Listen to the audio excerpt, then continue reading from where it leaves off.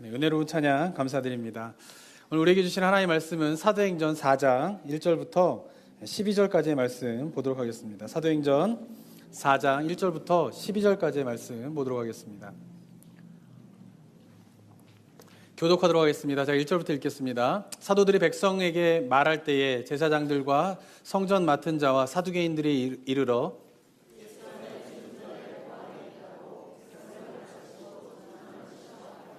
그들을 잡음에 날이 이미 저물었으므로 이튿날까지 가두었으나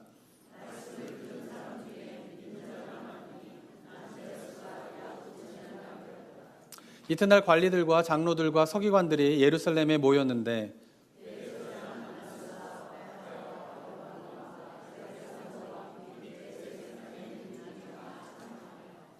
사도들 가운데 세우고 묻되 너희가 무슨 권세와 누구의 이름으로 이 일을 행하였느냐.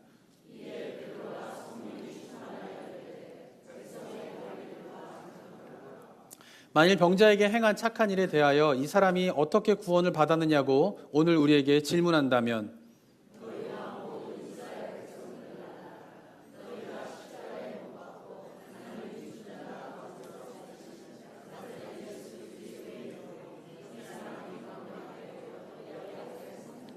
이 예수는 너희 건축자들의 버린 돌로서 집 모퉁이의 머릿돌이 되었느니라. 다른 이로서는 구원을 받을 수 없나니 천하 사람 중에 구원을 받을 만한 다른 이름을 우리에게 주신 일이 없음이라 하였더라. 아멘. 2013년에 미국의 종교와 공공생활을 위한 퓨 포럼이라고 하는 곳에서 설문조사라는 게 있습니다. 미국 3,000명의 성인들을 대상으로요. 조사를 했는데 어떤 조사냐면은 기독교인이 얼마나 되는가에 대한 조사였습니다. 근데 2013년도에 이 조사를 하기 전에는 항상 50%가 넘었는데요. 2013년부터 일어난 일이 뭐냐면 처음으로 이제 50% 이하로 기독교 인구가 미국에서 줄게 되는 일이 일어나게 됩니다.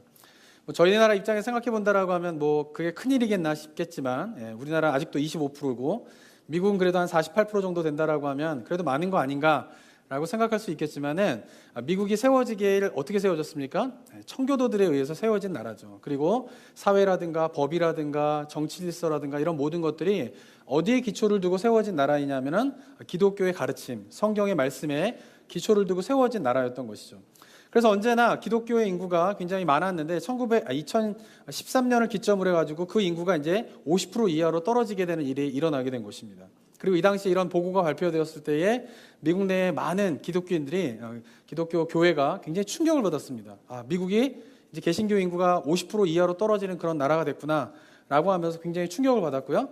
그리고 2013년 이후로 미국의 전체적인 사회적인 분위기는 점점 반기독교적인 방향으로 흘러가고 있습니다. 그죠? 그러니까 제가 예전에 서부에 살 때랑 동부에 살 때랑 좀 다르더라고요. 서부에 살 때는 어느 순간부터 크리스마스가 돼도 메리 크리스마스 이렇게 하면은 이상한 사람으로 취급받게 되었더라고요. 그래도 동부를 갔더니 그래도 동부는 아직까지는 사람들이 메리 크리스마스 이렇게 하긴 하더라고요. 그래서 어쨌든 사회적인 전반전 분위기가 어떻게 되냐면은 그런 기독교적인 색채의 말을 하거나 그런 어떤 걸 표현하기만 하면 굉장히 이것이 인종차별이고 어떤 차별적인 그런 것으로 취급받으면서 반기독교적인 정서가 많이 이제 확산되고 있습니다. 근데 이것은 미국만의 이야기가 아니라 한국도 마찬가지입니다. 한국도 인터넷이 되게 보급되면서 일어난 일인데 인터넷이 보급되면서 곳곳에서 막 기독교에 대한 안 좋은 이야기들이 나오면서 인터넷상에서는 더 이상 기독교라고 얘기하지 않습니다. 뭐라고 얘기하지 아시나요 혹시? 개독교라고 합니다. 개독교라고. 개독교 이렇게 얘기해요. 기독교라고 말을 하지 않아요. 이것이 어느 정도의 고유명사처럼 사용되고 있는 그런 안타까운 현실이 한국 사회의 현실이다라고 하는 것이죠. 자, 그렇다면 지금 우리가 살고 있는 시대는 점점 교회를 대항하고 기독교를 대적하고 반기독교적인 정서가 확산되어져 가는 그런 시대 속에서 우리가 살고 있는데 이러한 시대의 흐름들을 우리가 어떻게 바라봐야 할 것이냐라고 하는 것에 대해서 오늘 한번 생각해 보도록 하겠습니다. 저는 이러한 분위기를 두 가지 측면에서 이해를 해야 된다라고 생각을 합니다. 첫 번째는 뭐냐면은 이러한 반기독교적인 흐름이 일어나게 된 것은 바로 불신앙적인 이유 때문에 그러죠. 그러니까 기독교가 교회가 크리스천들의 신앙을 무너뜨리기 위한 사단의 전략과 공격으로서 이런 현상들이 일어나고 있다라고 볼 수가 있습니다. 오늘 읽은 본문에서 보면요, 베드로와 요한이 안진뱅이를 일으키고 난 다음에 수많은 사람들이 모이게 됩니다. 그리고 그 사람들 향하여서 설교를 하게 돼요. 그런데 그 설교를 하게 되었을 때에 듣는 사람들 가운데 두 가지의 반응으로 나타나게 됩니다. 첫 번째는 뭐냐면은 회심하는 것이죠. 신앙인이 되는 것이에요. 4절에 보면요, 뭐라고 되어 있냐면은 베드로의 설교로 남자의 수가 몇 명이나 5천 명이 늘었다라는 것이에요. 한 번 설교를 했는데 그 설교로 인하여서 신앙을 갖게 되고 크리스찬이 된 사람이 5천 명이 되었다, 이렇게 이야기를 하고 있습니다. 그런데 한편에서는 이렇게 설교를 듣고 믿음을 갖게 되는 사람들이 있는가 하면, 또 다른 편에서는 똑같은 설교를 듣는데 전혀 다른 반응을 보이게 됩니다. 1절과 2절을 보면요, 어떻게 되어 있습니까? 사도들이 백성들에게 설교할 때, 말할 때에 제사장들과 성전 맡은 자와 사두개인들이 이르러 예수 안에 죽은 자의 부활이 있다라고 백성들을 가르치고 전함을 싫어하게 됩니다. 그리고는 어떻게 하냐면 이 설교를 한 사도들을 체포하게 돼요. 그래서 재판에 올리게 됩니다. 자, 보세요. 이들이 나타나는 반응은 뭐냐면요, 불신앙의 요소예요. 똑같은 설교를 듣지만 한 사람은 회심을 하는가 하면 한 사람은 불신앙의 요소를 갖게 되는 것이죠.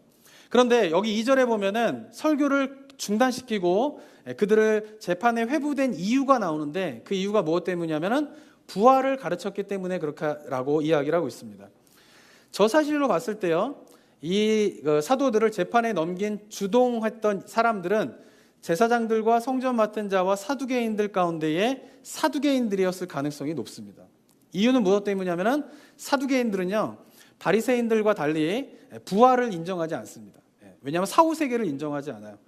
이유가 무엇 때문이냐면은 사두개인들이 특징이 뭐냐면요, 유대 지도자들 가운데 현실 정치에 대한 관심이 많아요. 이 실질적인 바리새인들은 정치에 그렇게 관여하지 않는데 사두개인들은 이스라엘 정치에 깊게 관여가 되어 있습니다.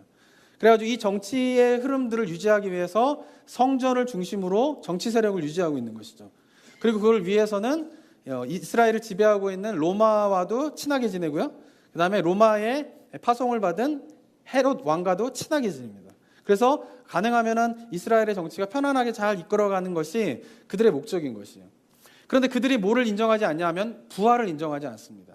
이유는, 부활을 인정하지 않는 이유가 그들의 어떤 종교적인 신념 때문에 부활을 인정하지 않는 게 아니라요, 그들이 부활을 인정하지 않는 이유는 무엇 때문이냐면은 부활을 사람들이 믿게 되면요, 그리고 죽음 이후에 세상이 있다, 천국이 있다 라고 하는 사실을 믿게 되면 문제가 되는 게 뭐냐면은 혁명이 일어나게 됩니다. 혁명이. 왜냐하면 로마의 지배 아래에 있기 때문에 그 로마의 지배 아래에 있던 사람들이 사후 세계에 대한 믿음을 갖게 되고 부활에 대한 믿음을 갖게 되면요, 죽음을 무릅쓰고도 이 지배에서 벗어나고자 하는 일들을 일어나게 되는 것이죠. 그러니까 지금도 이슬람 같은 데 보면은 자기 몸에 폭탄을 이렇게 붙이고 자살 폭탄 일들이 많이 일어나잖아요. 그 이유가 무엇 때문이에요? 그들이 그렇게 자살 폭탄을 해서 성전을 치르게 되면은 천국에 가서 7천년과 10천년과 같이 살 수 있다고 합니다. 그죠? 그 코란에 그렇게 써 있어요. 그래가지고 그 사후 세계에 대한 소망 때문에 현재 삶에서 자살을 하는 것에 주저하지 않는 일들이 일어나게 된다라고 하는 것이죠. 그러니까 사두개인들이 부활을 부정하는 이유가 뭐냐면, 그리고 그 부활을 전하고 있는 사도들을 체포한 이유는 무엇 때문이냐면 바로 자신들이 누리고 있는 정치적인 이권과 정치적인 세력에 대한 기득권들을 포기하지 못하기 때문에 그렇다라고 하는 것입니다. 사랑하는 성도 여러분, 불신앙의 첫 번째 요소가 뭔지 아세요? 왜 사람들이 기독교를 싫어하는 줄 아세요? 그 이유는 무엇 때문이냐면 자기의 이권을 내려놓기 싫어서 그런 것이에요. 기억하셔야 될 거는요, 복음이 전해지면요, 어떤 일이 일어나는 줄 아세요?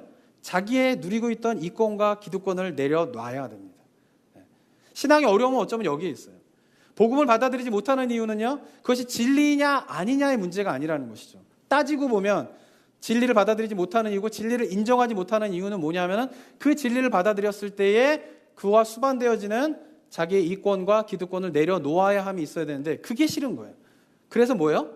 복음이 전해줘도 그것을 받아들이지 않는 일들이 일어나고 있다라고 하는 것이죠. 두 번째로 불신앙의 요소가 오늘 본문 속에 나오게 되는데요, 재판의 내용을 보면은 알 수가 있습니다. 한번 7절을 보면 이렇게 기록되어 있습니다. 사도들 가운데 세우고 묻되 너희가 무슨 권세와 누구의 이름으로 이 일을 행하느냐. 재판을 하는데요, 너희가 누구의 권세로 이 일을 행하느냐라고 묻고 있습니다. 이 말은 무슨 말이냐면요, 지금 우리가 하늘의 권세를 가지고 유대 지도자들이 갖춰놓은 사회 시스템이 있다. 성전의 시스템이 있다.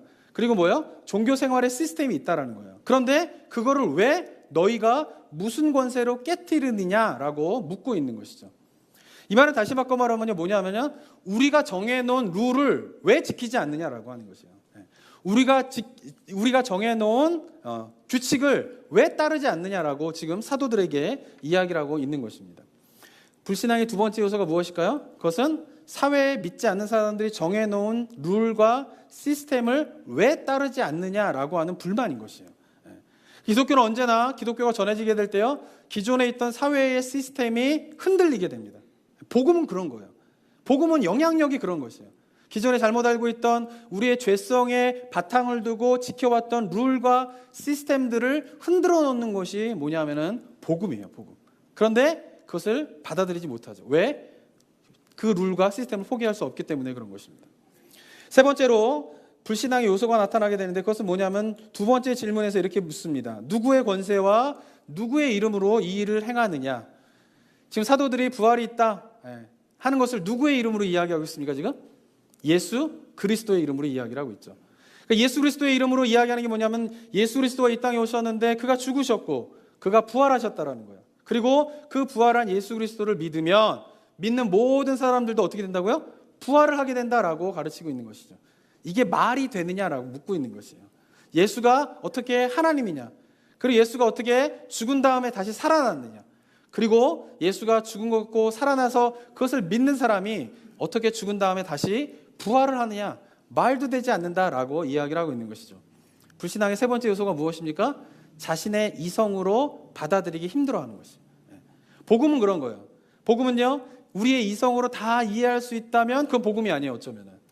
어쩌면 어떻습니까? 복음은 이해할 수 없는 거예요, 이성으로는. 그렇기 때문에 그 이성에 이해될 수 없는 그 복음을 받아들이는 것이 힘들다라고 하는 것이죠. 불신앙의 세 가지 요소가 뭡니까?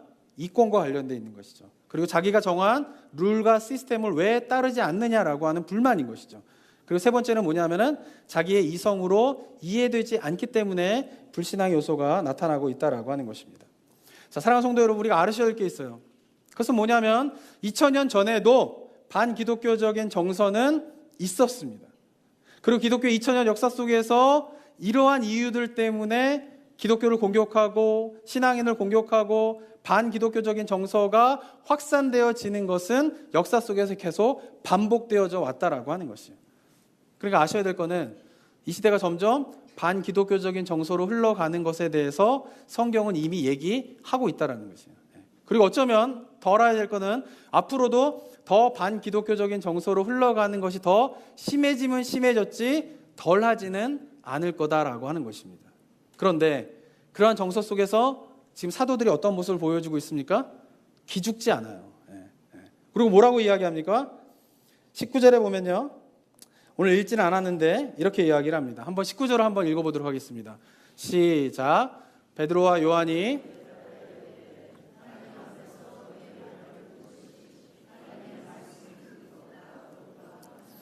막 공격합니다. 니네가 죽을 거다, 이거를 계속 선포하면 니네가 벌을 받을 거다, 사회에서 추방당할 거다 라고 협박하고 있지만, 그러나 사도들의 대답은 무엇입니까? 너희의 말을 듣는 것이 하나님의 말씀을 듣는 것보다 더 옳은가 판단하라. 나는 누구의 말을 따르겠다는 거예요? 하나님의 말을 따르겠다라고 그 위협과 그 협박 속에서 굴하지 않고 자신감을 보여주고 있다라고 하는 것입니다.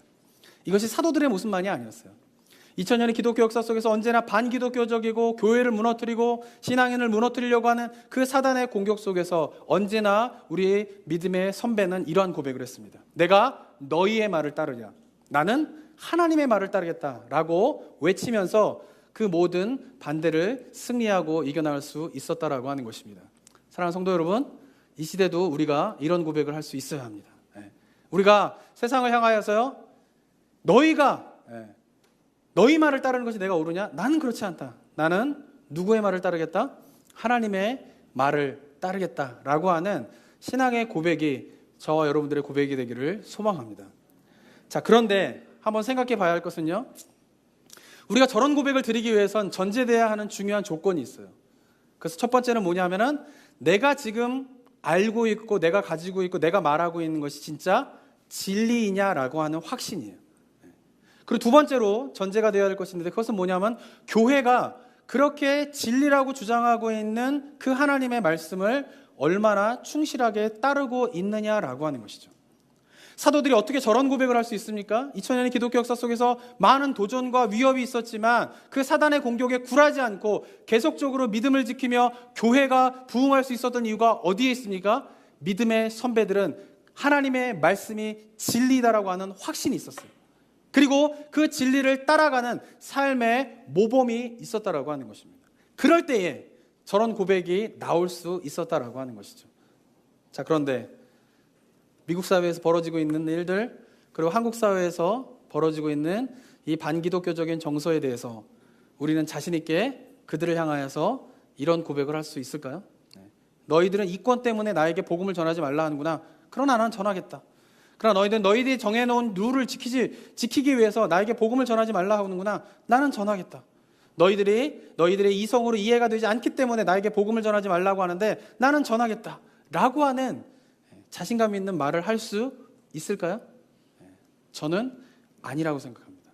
왜냐하면 이 시대 속에서 교회가 보여주는 모습은요, 그리고 그 교회를 향하여서 공격하고 있는 수많은 세상 사람들의 공격은 단순히 하나님의 대적하는 사단들의 공격으로만 볼 수 없기 때문에 그래요.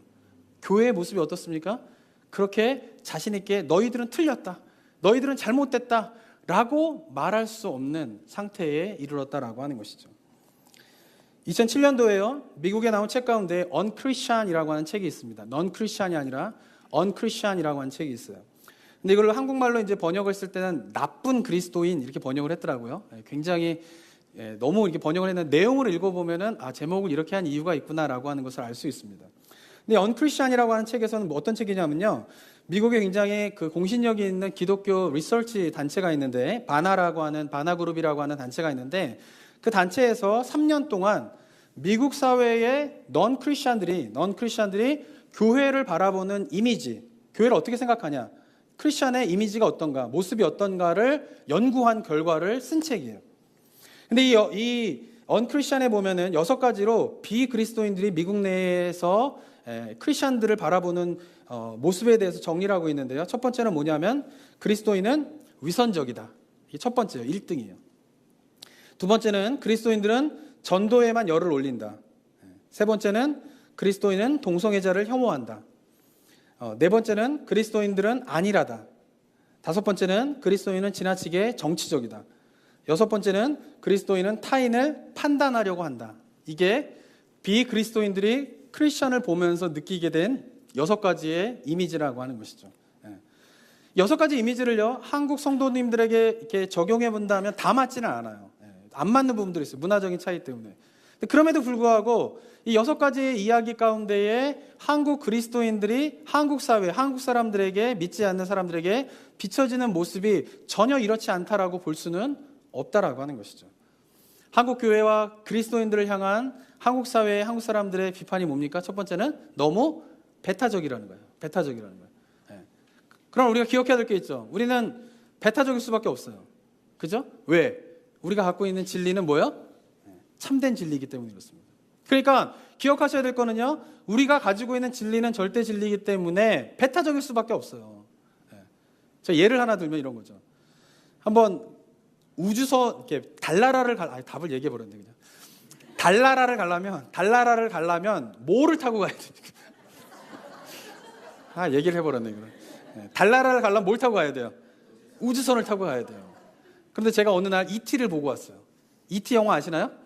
저는 몰랐어요. E.T. 영화를 저희 포로렌치에서 찍었다라는 걸 몰랐는데 아시나요?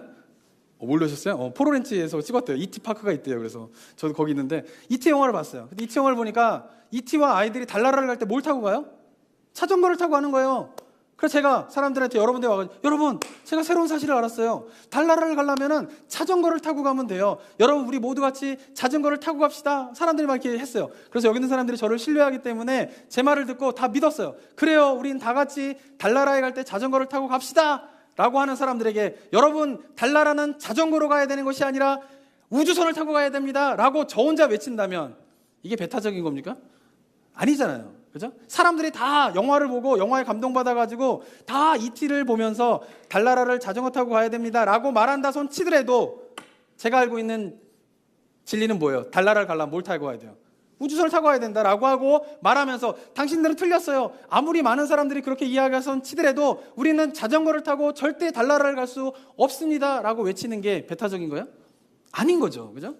그렇기 때문에 기독교의 진리는 언제나 배타적일 수밖에 없어요. 그런데 중요한 거는 뭐냐면 한국 사회에서 기독교인들과 교회를 향하여서 배타적이다. 그리고 그것으로 인하여서 복음이 안전해지고 있어요, 지금. 근데 그런 이들이 그렇게 나타난 이유가 뭐냐면 교회가 정말 절대 진리에 대한 확신 속에서 나오는 배타성을 가지고 사람들을 대하는 것이 아니라 뭔가 잘못된 신앙의 가치관을 가지고 잘못된 배타성으로 사람들을 대하고 있기 때문에 그렇다는 거죠. 다른 종교를 대하고 있기 때문에 그렇다라고 하는 것이죠. 인터넷이 확산되면서요, 인터넷에서 기독교인들의 이상한 행동들이 촬영된 것이 떠돌아다니는 게 있습니다. 그게 뭐냐면요, 그 절이 하나 있었어요. 절이. 그 절은 굉장히 유서 깊은 절이었어요. 근데 절을 가보셨는지 모르겠지만 한국에 절을 가보면요, 큰 불상이 있는 절이 있는가 하면은 큰 불상 대신에 딱 요만한 그 불상을 수백 개가 쫙 이렇게 놓여져 있는 그런 이제 절이 있어요. 근데 그 수백 개의 그런 불상, 작은 불상들이 쫙 늘어나 있는 그곳에 밤에 CCTV가 하나 찍힌 게 있었어요. 그게 뭐냐면 어떤 사람이 몰래 들어오더니 라카를 가지고요, 불상을 다 빨간색으로 칠하는 거예요, 막. 그리고는 그 불상에다가 소변을 둡니다. 그리고 난 다음에 하는 행동이 뭐냐면은 기도하고 있어요. 기도하는. 그게 CCTV에 짝 찍혔어요. 누가 그 일을 했을까요? 교회 다니는 사람인 거예요. 그리고 당군의 목이 잘리는 그런 영상이 돌아다니고 있고요. 단군상 하죠. 단군 아시죠? 단군상의 목을 잘라내는, 톱으로 잘라내는, 망치로 쳐내는 그런 영상들이 떠돌아다니고 있고요. 그리고 한국에 보면 유명한 법당인데 법당을 주변을 돌면서 기도하고 그러면서 그곳에서 전도지를 돌리고 하는 일들을 보여주는 영상들이 굉장히 많이 있어요. 자, 이것이 절대 진리에 대한 가치관을 가지고 우리는 배타적이기 때문에 우리가 복음을 전해야 된다라고 하는 생각 속에서 나오는 행동이라고 볼 수가 없는 거예요. 이거는 다른 종교를 무시하는 행동이죠. 그런데 이런 다른 종교를 무시하는 행동을 갖게 되는 이유가 있어요, 한국 성도들 가운데. 이유가 무엇 때문이냐면은 성경에서는 분명히 하나님의 계시를 일반 계시와 특별 계시로 나누고 있습니다. General Revelation하고 Special Revelation을 나누고 있어요. 그리고 또 뭐냐면은 일반 은총과 특별 은총으로 나누고 있어요. General Blessing하고 Special Blessing으로 나누고 있다는 거죠. 근데 일반 은총은 뭐냐면요, 믿는 사람이건 믿지 않는 사람이건 모든 사람들이 비를 맞을 수 있습니다. 숨을 쉴 수가 있어요. 햇빛을 받을 수가 있어요. 자연 속에서 삶을 살아갈 수 있어요. 그것은 뭐예요? 하나님께서 모든 사람에게 블레싱을 하는데 가리지 않고 블레싱을 받는 거예요. 그게 뭐예요? 일반 블레싱인 거예요. 그런데 특별 은총은 뭡니까? 예수 그리스도의 십자가의 사건으로만 받을 수 있는 블레싱인 거죠. 그죠? 계시도 마찬가지예요. 일반 계시가 있어요. 일반 계시는 뭐냐면은 하나님께서 인간을 만드시고 난 다음에 인간이 인간다운 삶을 살아가기 위해서 필요한 기본적인 것들을 다 알려주셨어요. 그게 뭐냐면 양심이고요, 도덕이고요, 윤리인 것이에요. 그런 거를 통하여서 모든 사람들이 어떻게 해요? 성경에 보면, 로마에서 보면 명확하게 나와 있습니다. 일반 계시를 통하여서 신을 알 수 있다라고 이야기를 하고 있어요. 그런데 문제는 뭐냐면은 일반 계시로는 구원을 받을 수 없다라는 것이죠. 다시 바꿔 말하면 일반 계시로는 하나님은 알 수 있지만 하나님이 계신지 안 계신지를, 그런데 일반 계시로는 그 하나님께 도달할 수는 없는 거예요. 그래서 필요한 게 뭐예요? 특별 계시인 거예요. 예수 그리스도의 십자가의 사건으로 우리에게 주신 계시, 성경 66권을 통하여서 우리에게 주신 이 계시가 있어야지만이 우리가 어떻게 해요? 하나님께 도달할 수 있고 우리가 구원을 받을 수 있다라고 하는 것이죠. 자, 그런데 우리가 배타적이어야 할 것은 어디에 배타적일까요? 특별 계시와 특별 은총에 대해서는 배타적이어야 돼요. 그건 타협할 수 없어요. 구원은 오직 예수 그리스도에게만 있어요. 믿으십니까? 여기에 대한 자신감과 확신을 가지고 계셔야 돼요. 그런데 우리가 이해해야 할 건 뭐냐면 다른 종교에 근데 일반 계시와 일반 은총이 있다라고 하는 것을 인정해야 돼요. 무슨 말이냐면 불교에서 가르치는 것이 다 잘못된 건 아니에요. 허허, 이 목사 또 이상하게 가네 이렇게 생각을. 이걸 받아들이셔야 돼요. 이걸 안 받아들이는 성도님들이 많아요. 불교에서 가르치는 가르침을 받으면요, 그리고 그거에 따라 잘 살아가면요, 인간의 어느 정도 행복한 삶을 살 수 있어요. 인간이 인간다운 어느 정도의 삶을 살아낼 수 있어요. 그렇게 가치가 있는 거예요, 그들의 가르침은. 그렇지만 문제는 뭘까요? 그 가르침으로 죄의 문제가 해결되는 건 아니라는 거죠. 구원을 받게 되는 건 아니라는 거죠. 하나님 앞에 도달할 수 있는 것은 아니라는 거죠. 그러니까 그들의 가르침이 어느 정도 맞다, 그들의 일반 계시 속에서 그들의 가르침을 인정해 줘야 되는 말과 그들에게는 구원이 없다라고 하는 말은 뭐예요? 다른 말이라는 거죠. 그들에게 구원이 없다라고 하는 말을 가지고 불교에서 하고 있는 모든 것들이 다 잘못됐다, 이렇게 보시면 안 된다는 거예요. 그래서 그들이 하고 있는 행위, 가르침, 이 모든 것들을 다 무시하면서 그들을 대해서는 안 된다라고 하는 것이죠. 그런데 아까 불상에다 락카치를 하고 소변을 넣고 거기서 아마도 거룩하게 진심으로 기도했을 거예요. 그 사람. 그 일을 하는 게 쉽습니까? 목숨을 걸고 하는 거예요. 믿음의 결단을 가지고 하는 거예요. 얼마나 진지하게 기도를 드렸겠어요. 근데 그 사람이 알고 있지 못하는 게 뭐예요? 불교에도 하나님의 일반 계시가 있다라는 거예요. 어느 정도 인간이 살아가는데 도움되는 이야기가 있다라는 거예요. 저는 불교 요즘에 인터넷 보면은 법률 스님이라고 하는 분이 인기가 많더라고요. 법률 스님 아십니까 혹시? 저는 그분 이야기를 잘 들어요. 좋은 얘기 많이 하시더라고요. 권하진 않습니다. 그냥 분별할 수 있었기 때문에. 좋은 얘기인 것 같은데 결정적인 데서 잘못 이야기하고 있어요. 좋은 얘기를 다 하고 있는데 결정적인 데서 틀린 얘기를 하고 있더라고요. 그걸 아셔야 돼요. 그런데 그분이 이야기하는 것들 전반적으로는 좋은 얘기 많이 하세요. 들어도 괜찮은 거예요. 그런데 거기에는 뭐가 없는 거예요? 구원은 없는 거예요. 이거를 우리가 구별하지 못하게 되면서 기독교의 이 배타성은 반드시 지켜야 되는 절대 진리를 수호하고 있는 가운데서는 반드시 유지되어져야 하는 신앙의 모습임에도 불구하고 그 배타적인 걸로 인하여서 오히려 복음이 전해지지 않고 가로막히는 일들이 한국 사회에 일어나고 있다라고 하는 것이죠. 한국 사회에 또 지적받는 두 번째 모습이 뭡니까? 위선적이라는 것이에요. 위선이라고 하는 건 뭘까요? 말과 행동이 다른 거예요. 말은 그렇게 하는데 행동이 달라지는 것이죠. 저는 그렇다면 말과 행동이 똑같을까요? 제가 가끔 어려운 질문 드리죠? 맨날 쉬운 질문 하다가. 저는 말과 행동이 똑같을까요? 저도 똑같지 않을 수가 있죠. 완벽한 그리스도인이 어디 있습니까? 그럼 저는 위선적인가요? 저는 그렇게 생각하지 않아요. 이유는 무엇 때문일까요? 말과 행동이 다른 것이 위선의 기준이 아니라 말과 행동이 다르지 않도록 일치하도록 노력하는 사람이 저는 위선적이지 않은 사람이라고 생각합니다. 위선적인 사람은요, 거기에 대한 관심이 없어요. 자기가 말해놓고 행동을 그렇게 일치해야지라고 하는 관심이 없어요. 그런 사람이 위선적인 거예요. 그러니까 우리 가운데 만약에 내가 말하는 것에 대해서 나의 삶의 행동의 일치에 대한 노력을 하고 있다면 위선적이지 않은 거예요. 근데 세상이 그리스도인들을 향하여서 교회를 향하여서 위선적이다라고 말하는 이유는 뭐예요? 말하고 행동이 너무나 다른 거죠. 어떨 때? 이권과 관련돼 있을 때 그래요. 교회의 이권과 관련돼 있을 때 평소에 말하던 것과 전혀 다른 행동을 하게 돼요. 크리스천들이 이권과 관련되어 있을 때, 이익과 관련되어 있을 때에 자기가 평소에 말하던 것과 전혀 다른 이야기를 하고 있는 것이에요. 교회가 어떻습니까? 하나님 앞에 우리가 정의를 지켜야 된다, 공의를 지켜야 된다라고 하면서 교회가 정말 문제가 생겼을 때, 요즘에 세습을 한다든가 그럴 때요, 세습을 하기 위해서 당회와 중직자들이 얼마나 수를 쓰는지 몰라요. 이게 외부에 알려지지 않도록. 그리고 어쩌다 알려져가지고 그 세습에 대해서 성도님들이 잘못됐습니다, 그것은 하나님의 뜻이 아닙니다 라고 성도들이 모여서 그룹을 반대하는 그룹이 형성되기 시작하면 그 사람들이 다 사단의 자식이라 그래요. 결정적인 이권이 될 때는 정의고 공의고 없는 것이죠. 성적으로 타락했을 때요, 목사가 실수할 수 있잖아요. 실수했으면 하나님 앞에 자신의 부끄러움들 다 고백하고 회개하면 되잖아요. 그게 하나님의 뜻 아니에요? 잘못을 했느냐 안 했느냐가 중요한 게 아니라 회개를 하느냐 안 하느냐가 기독교의 정신 아닙니까? 그런데 성적인 타락을 하고 문제를 일으키고 난 다음에 어떻게 해서든지 그래서 감춰요.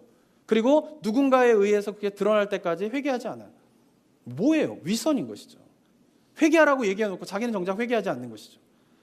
기독교의 사람들 어떻습니까? 교회 안에서는 사랑합시다, 도웁시다, 가난한 사람을 도웁시다 하지만 정작 밖에 나가서는 가난한 사람들을 외면하는 모습들이 있어요. 어떨 때? 이권과 관련되어 있을 때.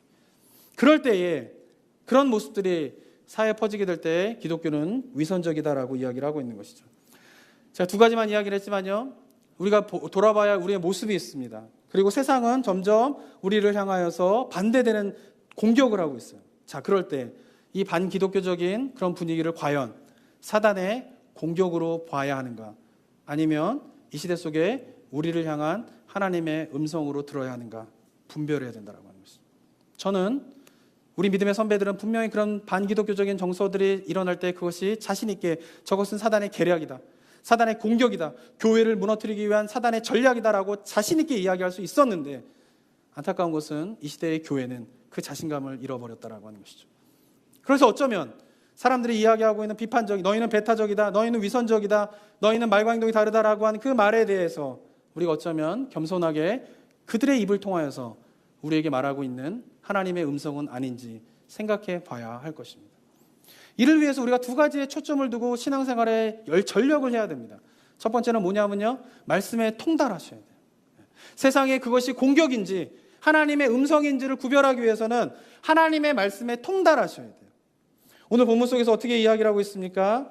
13절을 한번 보겠습니다. 13절 안 읽었는데 13절 한번 보면 한번 읽어볼까요? 시작. 그들이 베드로와 요한이 담대하게 말함을 보고 그들을 본래 학문 없는 범인으로 알았다가 이상히 여기며 또 전에 예수와 함께 있었던 줄 알고. 이 말이 무슨 말이냐면 이 사람이 무식하다라고 생각했어요. 배우지 못했다라고 생각했어요. 율법에 대해서 정통하지 않았다라고 생각을 했어요. 근데 베드로와 요한을 데리고 재판하는 과정 가운데 그들의 말 한마디 한마디가 다 누구의 말을 가지고 이야기하고 있어요? 성경을 가지고 이야기하고 있어요. 구약을 가지고 이야기해요. 구약의 예언을 가지고 있어요. 율법에 정통한 사람들이에요. 제사장들은, 성전을 맡은 자들은, 사두개인들은. 그런데 그들도 어떻게 해요? 성경에 통달한 베드로의 말 앞에 어떻게 하고 있어요? 기죽고 있는 것이죠. 세상에 어떻게 우리가 세상을 이길 수 있을까요?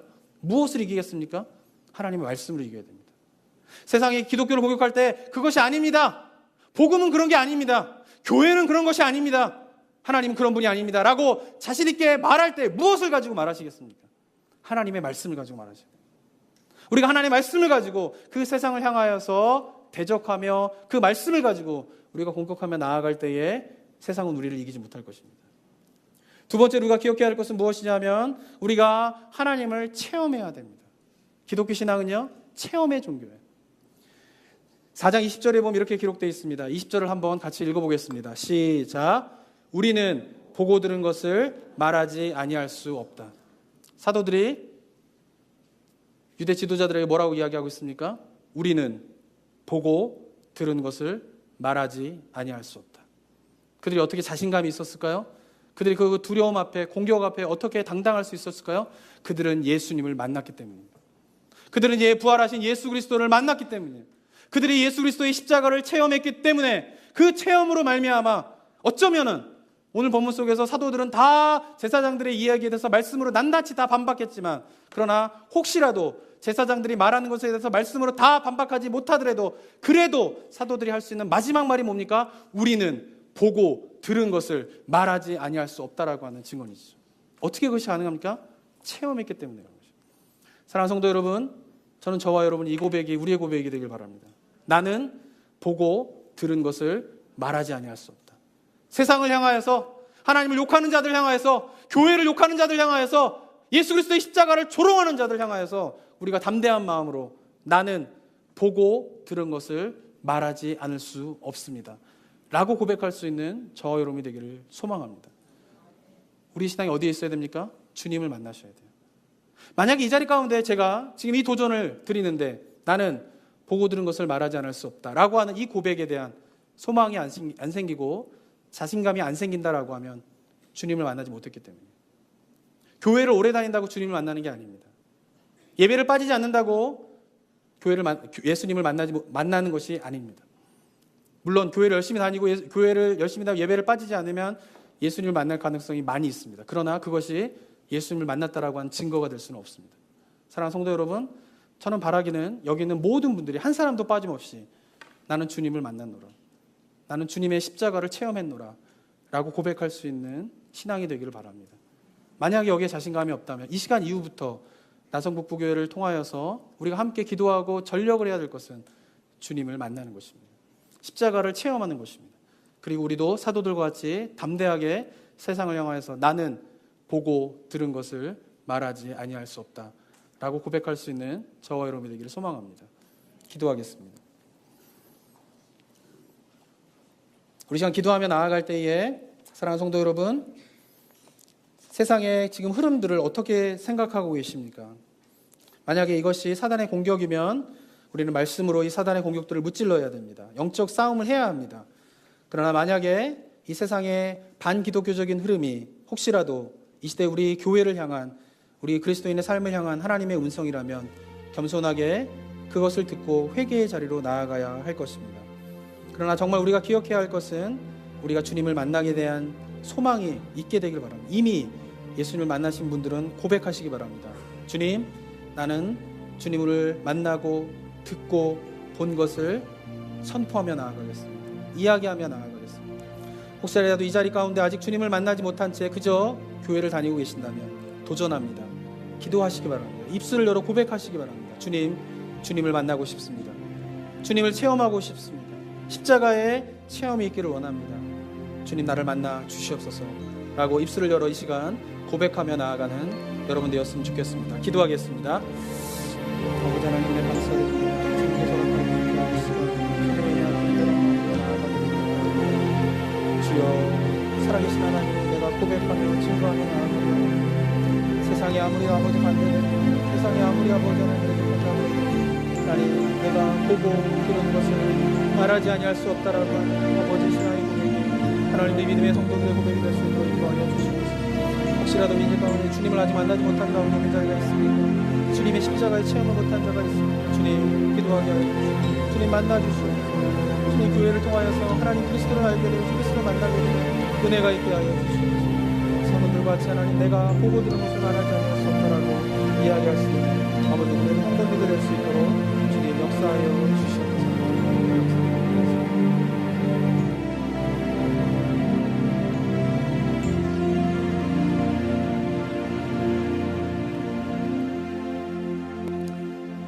사랑과 은혜가 충만하신 하나님 아버지, 이 시간 우리가 살고 있는 이 시대를 온전히 바라볼 수 있는 저희 될 수 있도록 인도하여 주시옵소서. 하나님을 조롱하며 하나님이 없다 하며 교회를 무시하는 이 시대 속에서 이것이 과연 교회를 무너뜨리기 위한 사단의 공격인지, 아니면 이 시대의 사람들의 입술을 통하여서 우리에게 말하고 계신 하나님의 음성인지를 돌아볼 수 있도록 인도하여 주시옵소서. 하나님, 우리 성도님들이 사단의 공격이라면 하나님 주의 말씀으로 무장하여서 그 사단의 공격을 싸워서 영적 전쟁을 치루어서 승리하는 복된 인생 되게 하여 주시옵소서.